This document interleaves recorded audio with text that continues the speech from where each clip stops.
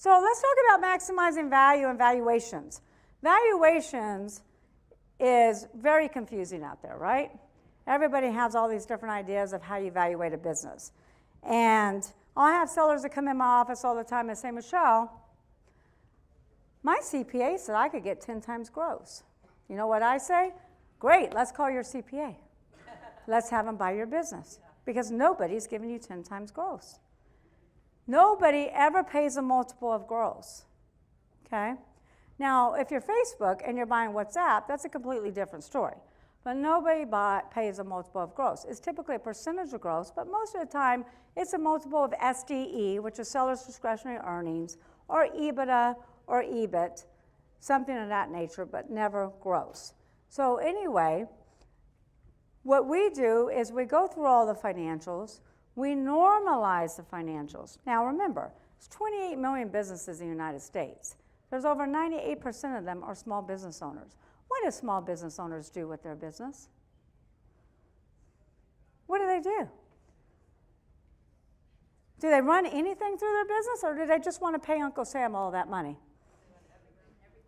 They run everything through their business. They run all kinds of personal expenses through their business. Now, I've been doing this for a long time. I've sold over 500 businesses. What's normal add-backs, when we normalize the financials, is meals, travel, entertainment, right? I've seen people run islands. I've seen them run planes. I've seen them run alimony, child support, and even mistresses through their business.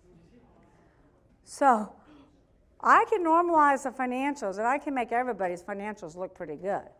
The thing I always say is never hide cash, because I cannot add back cash, right? And we cannot prove cash.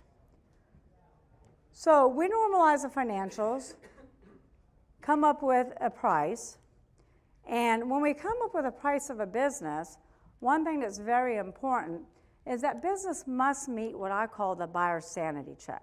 Does anybody know what that is? Not yet? So remember, there's 5 types of buyers. And when you buy a business, all buyers, whether they're a first-time, strategic, private equity group, they all ask themselves 5 basic questions. Number 1, they want to know, what do they want to know? That's not that important. Price is really not that important, believe it or not, to a buyer. How much do I have to put down on that business? That's number 1. How much do I have to put down?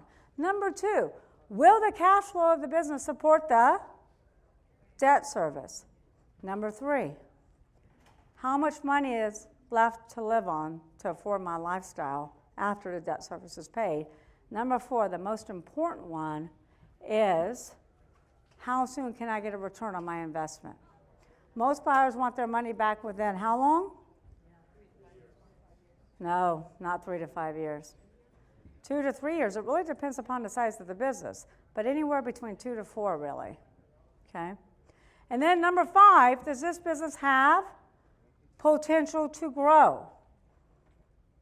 Sellers always think their babe. How many of you have children? How many of you think your child is pretty? How many of you have businesses? How many of you think your business is pretty?